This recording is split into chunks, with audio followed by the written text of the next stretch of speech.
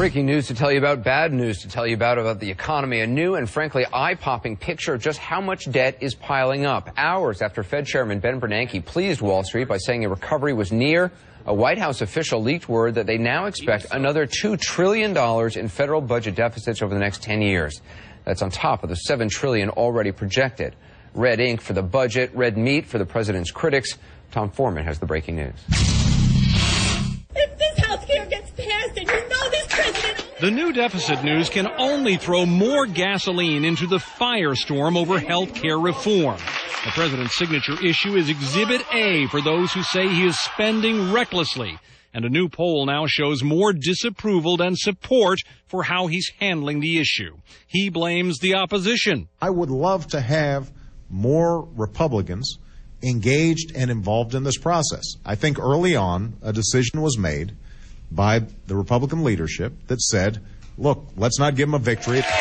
But independent voters who were so hot for Mr. Obama's election have also grown decidedly cooler, many because of the ballooning deficit and what some see as a massive spending spree.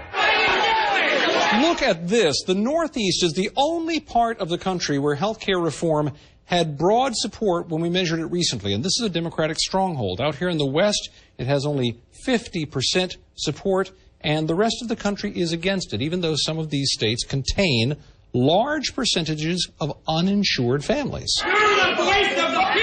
The apparent contradiction is being driven by age. Many of those states have lots of elderly people. Craig Gordon is with Politico.com. They think about it, they talk about it, it's on their mind every day, and they really have not had a very clear explanation from the White House of how the health reform overhaul would affect their lives. Even congressional Democrats remain divided. House Speaker Nancy Pelosi says a government-backed public insurance option is a must. There's no way I can pass a bill in the House of Representatives without a public option. But fiscally conservative Democrats have been warning for weeks that a deficit bomb could cripple their party in elections next fall. Aware of their anxiety, Majority Leader Steny Hoyer says, I'm for a public option, but I'm also for passing a bill. My point is, that's because the president's supporters insist health care reform is necessary to ultimately control the deficit. There is a saving in providing the basic treatment for everyone. But the latest deficit news, one way or another, will almost certainly intensify the fire from right, left, and center. Tom Foreman, CNN, Washington. Let's dig deeper now with former George W. Bush speechwriter David Frum. He's currently with the American Enterprise Institute, and again, Paul Begala. Paul, summer Friday nights, that's when politicians announce bad news. The fact that the deficit over the next 10 years is going to be $2 trillion bigger than we thought it was yesterday. Isn't this a serious blow to the president and to health care reform?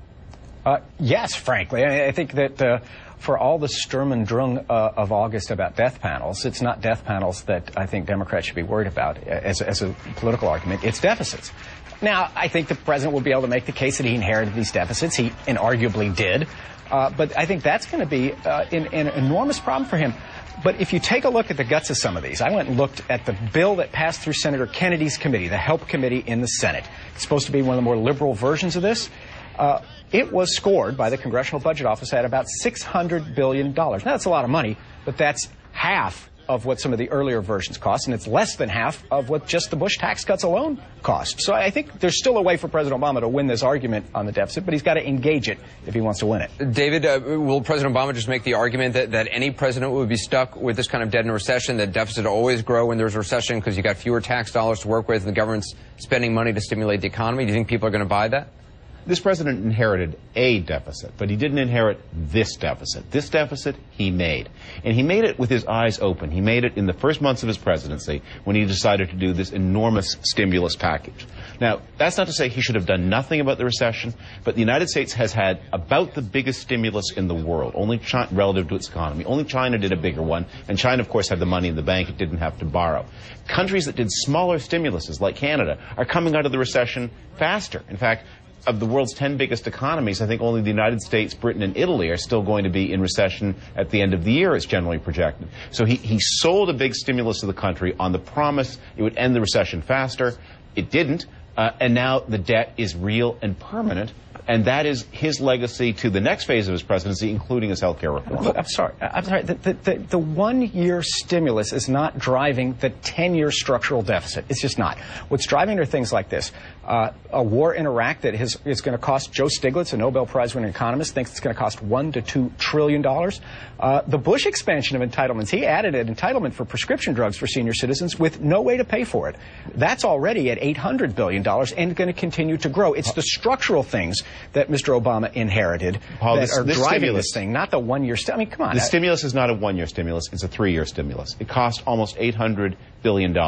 And it was all borrowed money, so there will be a compounding effect of the debt. Plus, he, in his first two budgets, in the interim budget where he paid for the second half of the fiscal 2009 year and then his 2010 year, he massively ramped up the ongoing level of government expenditure. So, and all of which has interest paid on it, and the interest compounds.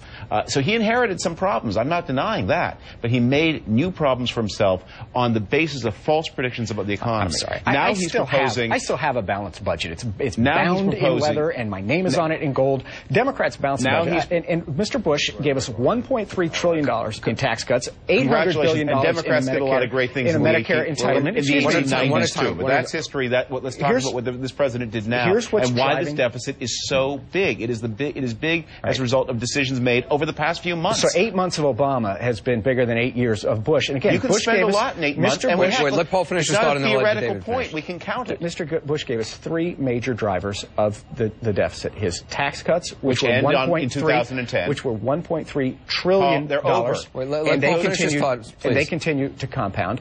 Second, a Medicare prescription drug entitlement, the only entitlement in American history without a pay-for in it. That's at least $800 billion over 10 years, probably a lot more by the time they count it all up. And third, a war in Iraq that he never once paid for, never asked us to pay for, and that's going to be $2 trillion. That's what's driving the deficit. The Bush tax cuts expire in 2010, for better or worse. The war in Iraq is winding down. But these commitments made since January the 20th, these are new, they are big, and they are ongoing.